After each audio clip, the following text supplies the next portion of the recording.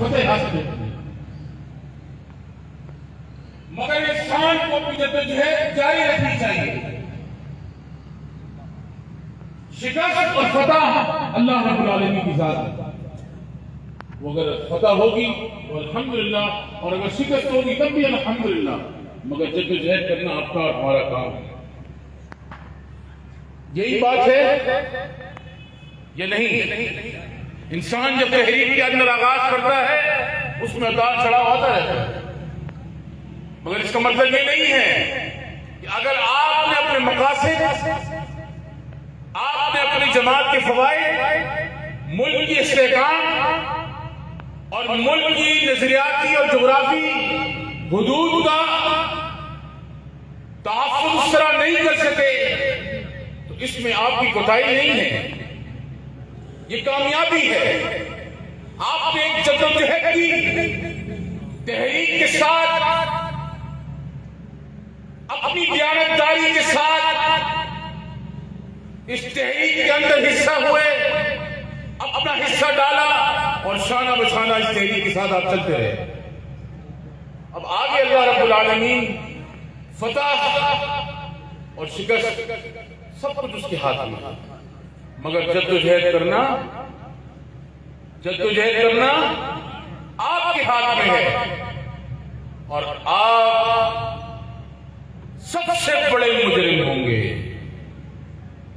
آپ سے سوال کیا جائے گا، آپ سے سوال کیا جائے گا کہ جو لوگ نظام مصطفیٰ کے نفاذ اور مقام مصطفیٰ کے تحفظ کی جدوجہد کر رہے تھے، تم اپنے راستے سے کیوں ہٹے؟ یہ سوال آپ سے ہوگا، آپ سے سوال ہوگا کہ تم نے دوسری جماعتوں کو ووٹ دیے، اپنے مقصد سے اور اپنے نظریے کو تم نے کیوں بیچا؟ مجھ سے سوال نہیں ہوگا، مجھ سے سوال نہیں ہوگا۔ جس نے فارم بھرا ہے، نظام مصطفیٰ کے نام پر دستخط کیے، عہدے اپنے لیے گلے میں لگائے، ان سے حساب ہوگا۔ اور یہی وجہ ہے، یہی کمزوری آج آپ کو اور ہمیں یہاں لا کے کھڑا کرتا ہے۔ لوگ جب چیز چمکتی ہے نا، سب بھاگتے ہیں، اور اسی وقت انسان کو سوچنا چاہیے کہ تم کس نظریے پہ قائم تمہاری جماعت ہے۔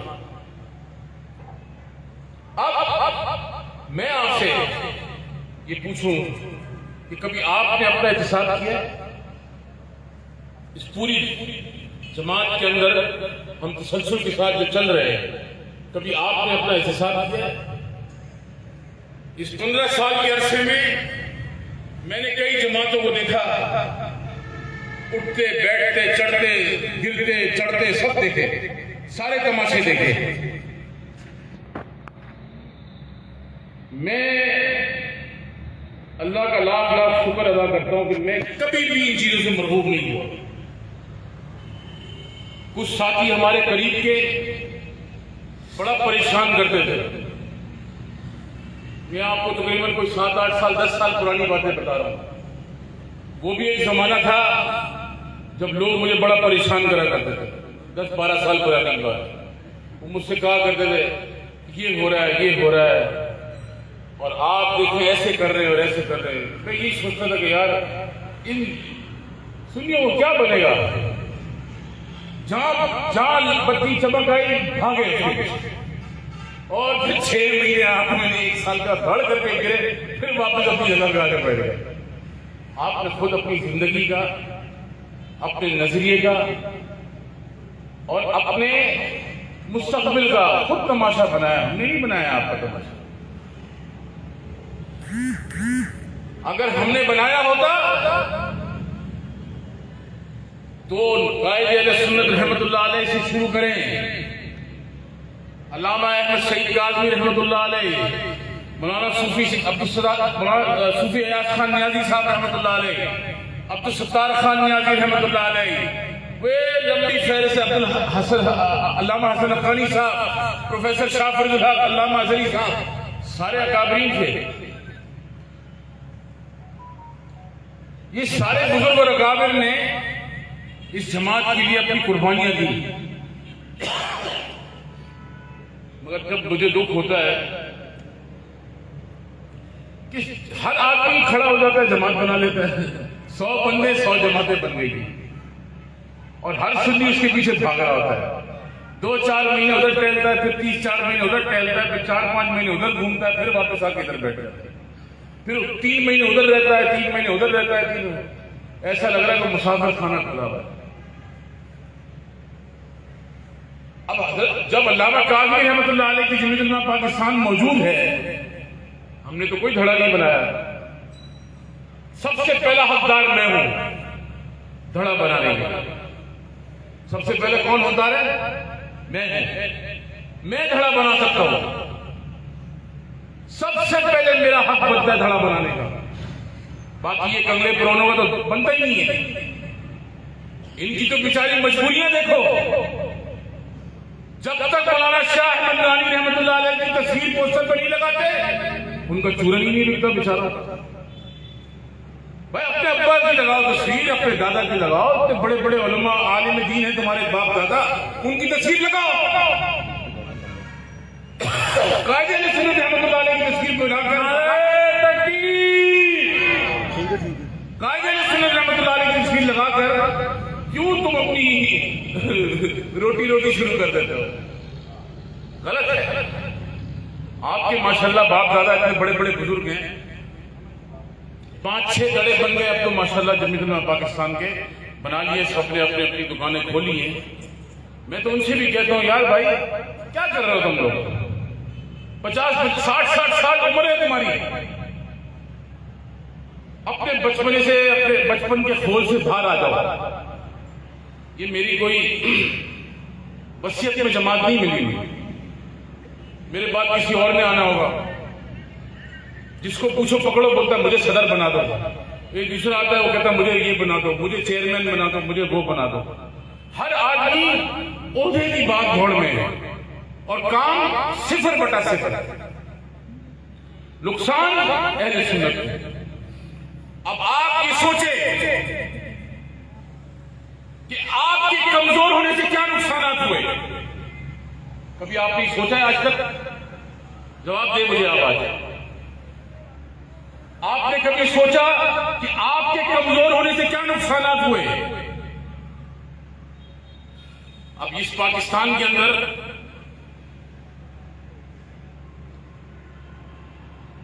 دس 12 مولوی اکٹھے ہو گئے. جمعیت علماء پاکستان کی سیاست ایک مکتب فکر سے وابستہ تھی، وابستہ ہے اور رہے گی. گرچہ ہم اپنے آپ کو حناف میں شمار کرتے ہیں، گرچہ ہم پاکستان کو بنانے والے بانیان پاکستان کی اولادوں میں سے ہیں، گرچہ ہم مولانا عبدالعلیم صدیقی میرٹھی نبر اللہ مرکزوں کی پشت در پشت اور اولاد پر اولاد پاکستان بنانے والوں میں سے ہے،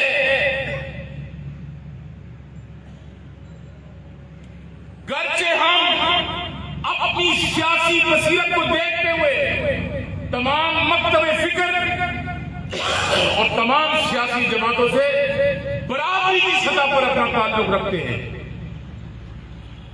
مگر جمعیت علماء پاکستان کے کسی کارکن ذمہ دار شخص نے اپنے عقیدے پہ کبھی کوئی سمجھوتا نہیں کیا. تو پھر یہ 10-12 مولوی جو پاکستان کے اندر بیٹھ کر عقیدے کی دھجیاں اڑا رہے ہیں، یہ آپ کی کمزوری کی وجہ سے. کبھی آپ نے یہ غور کیا کہ ہمارے بہت سارے سنی عالم دین مفتیان اکرام اور شیخ الحدیث و تفسیر بیٹھ کر آپ کو عقائد سمجھا رہے ہوتے ہیں. آپ کو بیٹھ کے کیا سمجھا رہے ہوتے ہیں؟ بھائی آواز دیں آپ مجھے. عقائد سمجھا رہے. اب یہ آپ کے لیے افسوسناک کا عمل ہے. یہ کوئی خوشی کی بات نہیں ہے کہ آپ کو 1400 سال گزرنے کے باوجود علماء اہل سنت اپنے عقائد آپ کو سمجھا رہے ہیں.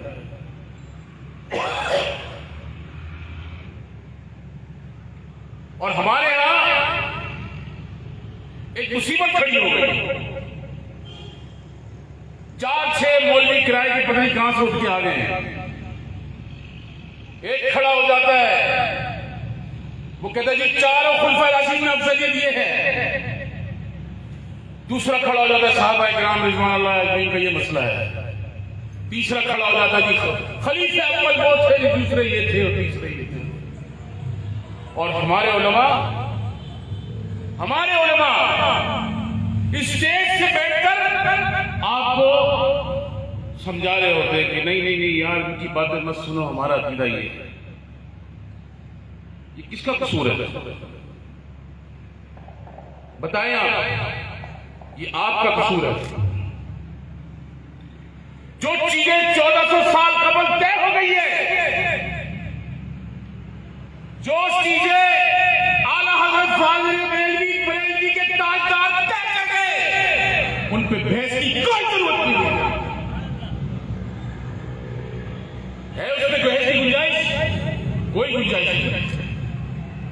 جو دین بریلوی کے تاجدار سے نکلا تھا, خلفائے راشدین کے, وہ آج بھی اسی طرح سنیوں کے سینے پہ الحمدللہ محفوظ ہے. پھر اس پہ بحث کی بات ہے. اس میں اگر مگر کچھ نہیں ہے. جو چیز طے ہو گئی ہے, جمعیت علماء پاکستان اسی عقیدے کے ساتھ کھڑی ہے جس عقیدے سے اعلیٰ حضرت فاضل بریلوی نور اللہ محفوظ ہے.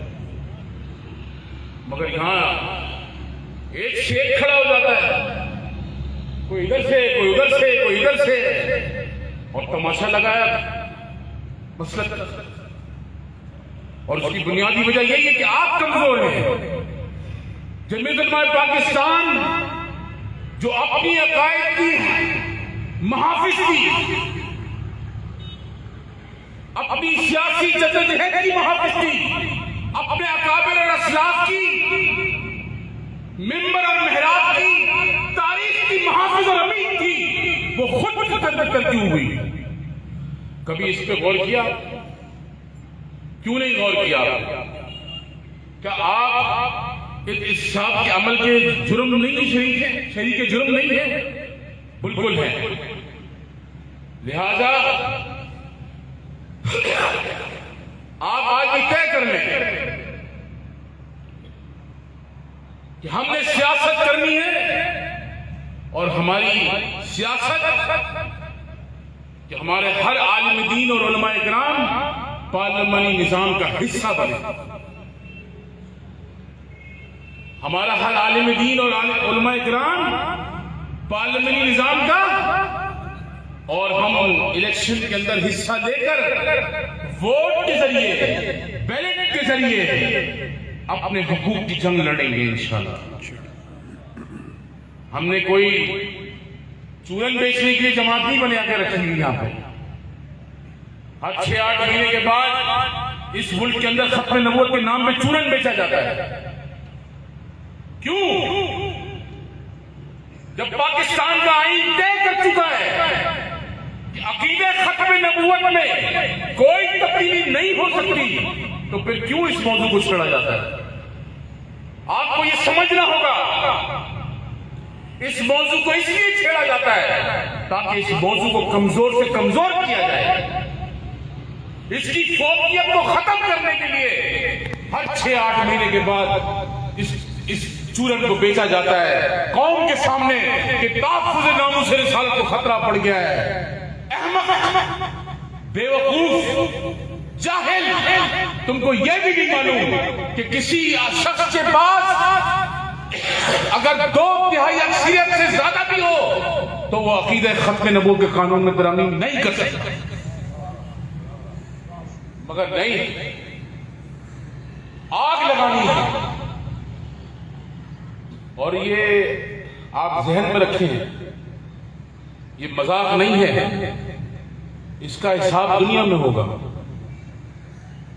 جن لوگوں نے اس نام کو استعمال کر کے دھیاڑیاں لگائی ہیں ان کا حساب اس دنیا میں ہوگا انشاءاللہ.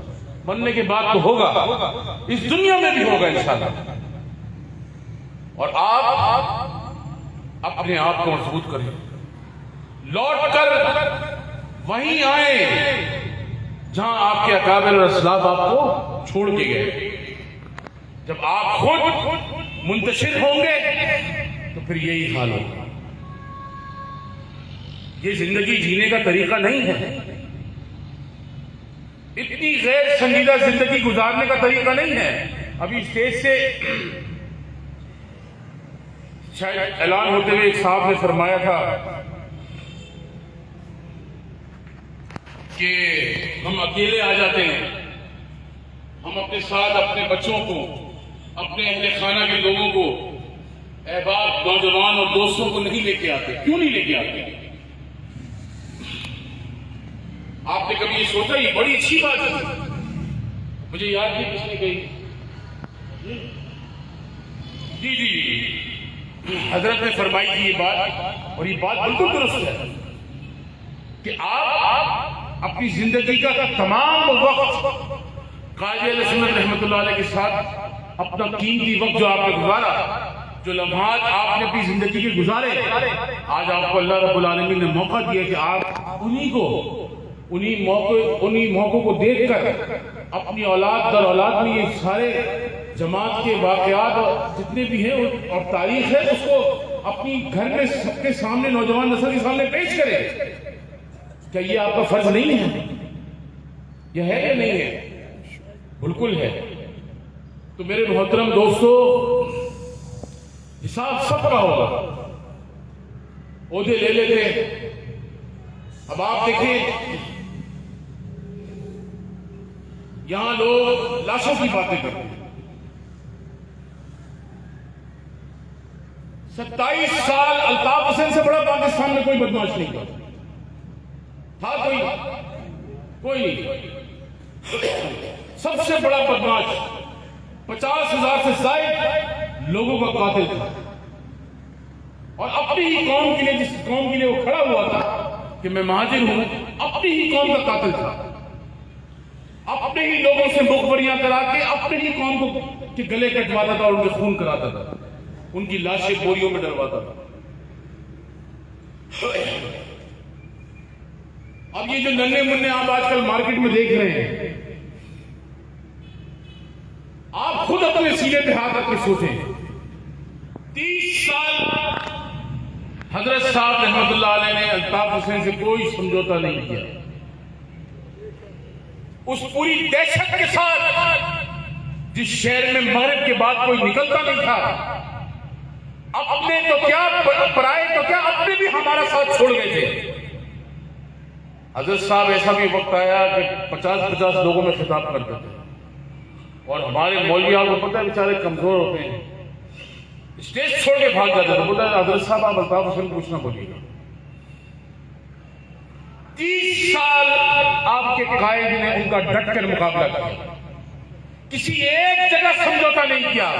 اور 30 سال کی وحشت اور دہشت گردی میں ایک بھی کارکن کو شہید نہیں کروایا، ایک بھی کارکن شہید نہیں ہوا. ثناء اللہ جو شہید ہوا تھا 18 ستمبر 1986 کے اندر، وہ اس لیے شہید ہوا تھا کہ حضرت صاحب رحمت اللہ علیہ نے جب صلاۃ و سلام شروع کیا تو مائک سے کہا تھا گراؤنڈ سے باہر کوئی نہ جائے، اندر رہنا، باہر مت جانا. ثناء اللہ بھائی باہر مت جذبات میں تشریف لے گئے اور جام شہادت ہو گئی. مگر جمعیت علماء پاکستان کا کارکن رات 12 بجے بھی الطاف حسین کے محلے میں جا کے اپنے گھر میں جاتا تھا تو پیچھے سے کوئی آواز نہیں کر سکتا تھا. یہ دہشت تھی اللہ کے اس نیک بندے کی اور ولی کامل کی. خوف کی تلوار جس سے الطاف حسین کی زمین ہلتی تھی، یہ تھی وہ آپ کے قائد کی تمام وہ زندگی کی کمائی. وہ خودداری، وہ دیانتداری اور وہ اپنے مشن کے ساتھ نظام مصطفیٰ کے نفاذ اور مقام مصطفیٰ کے تحفظ کی جدوجہد. اسی قائد کے کارکن ہیں آپ. اپنے سینے پہ ہاتھ رکھ کے سوچیں کہ جو تقسیم آپ کے ساتھ کی گئی، کبھی آپ نے یہ سوچا کہ جمعیت علماء پاکستان کو کیوں تقسیم کیا گیا؟ اور آج بھی اگر اہل سنت کو تقسیم کیا جا رہا ہے تو کون لوگ ہیں جو تقسیم کر رہے ہیں؟ یہ جو اتنی فراوانی کے ساتھ پیسہ بانٹا جا رہا ہے، کروڑوں روپیہ، یہ کون بانٹ رہا ہے؟ یہ کون آدمی ہے، کون لوگ ہیں جو اہل سنت کے اندر تنظیموں کو پیسہ تقسیم کر رہے ہیں کروڑوں روپیہ؟ چاہے وہ لنگر کھلا کے کر رہے ہو یا وہ بکرے کی کھال اتار کے کر رہے ہو. کون لوگ ہیں جو اہل سنت کے اندر کروڑوں روپیہ تقسیم کر رہے ہیں؟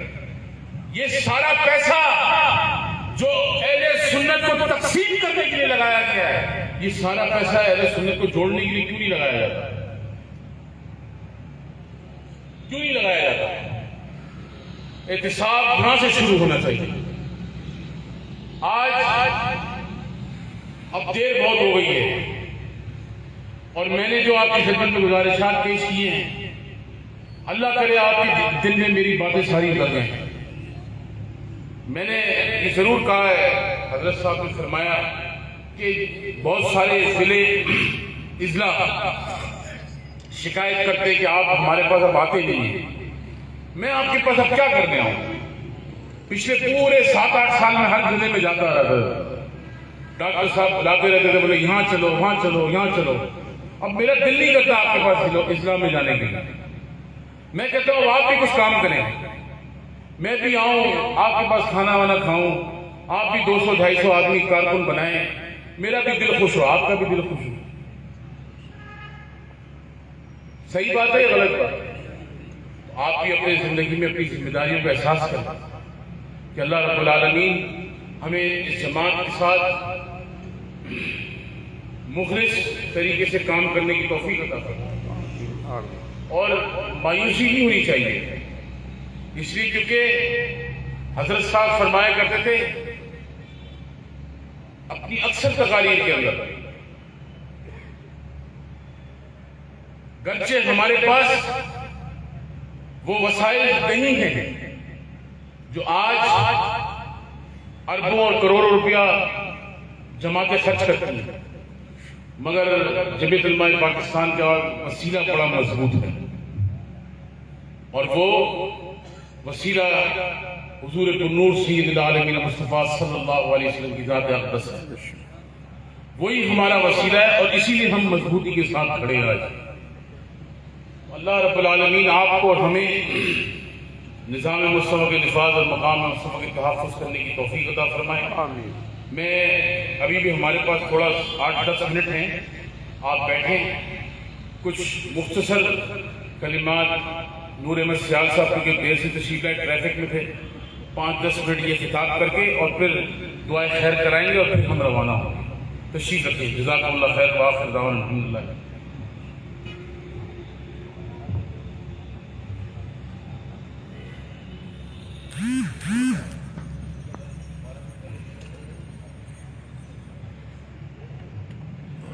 نحمده ونصلي ونسلم على رسوله الكريم أما بعد فأعوذ بالله من الشيطان الرجيم بسم الله الرحمن الرحيم.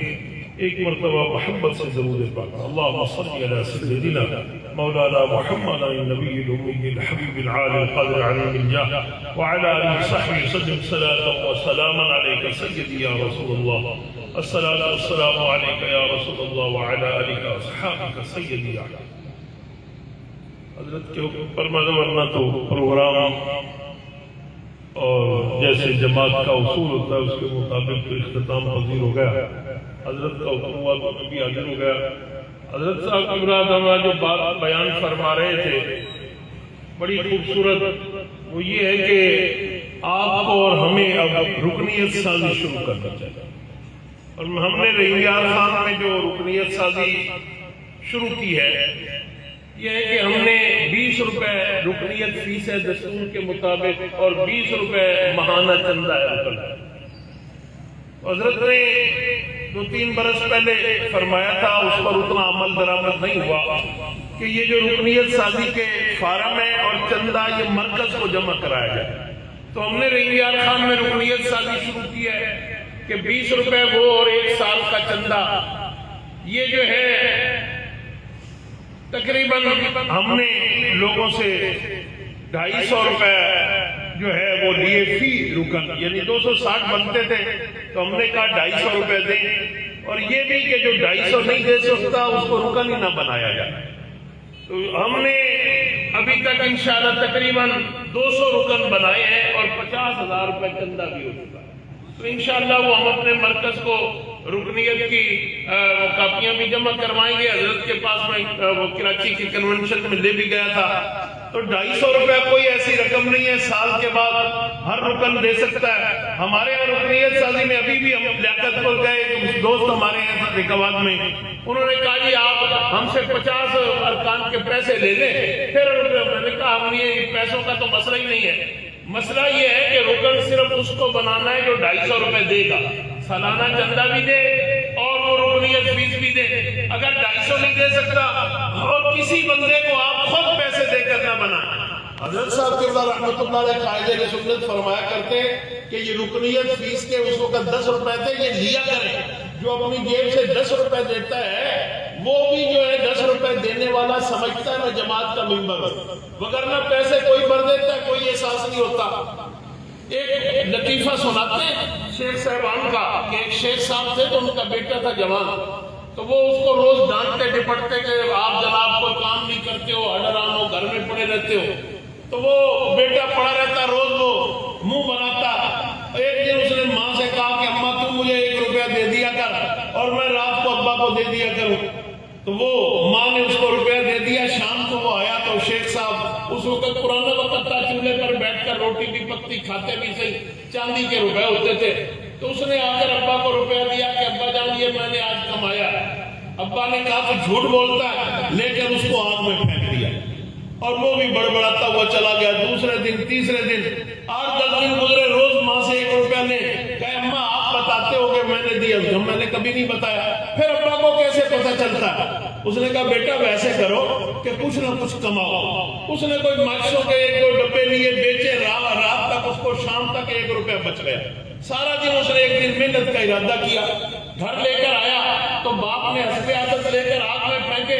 یہ دوڑ کر گیا اور چمٹا اٹھا لایا اور وہ روپیہ نکال لیا. تو باپ نے کہا ہاں بیٹا آج تو نے کمایا.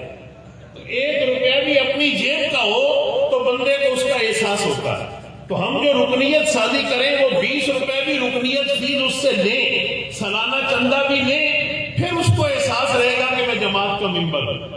اور حضرت نے یہ آج بہت خوبصورت بات کہی، اس کو ہم ذہن نشین رکھیں کہ ہم عقیدہ اعلیٰ حضرت پر قائم تھے، ہیں اور انشاءاللہ رہیں گے. یہ جمعیت علماء پاکستان عقائد اہل سنت کی، عقیدہ اعلیٰ حضرت کی انشاءاللہ یہ جماعت جو ہے محافظ ہے.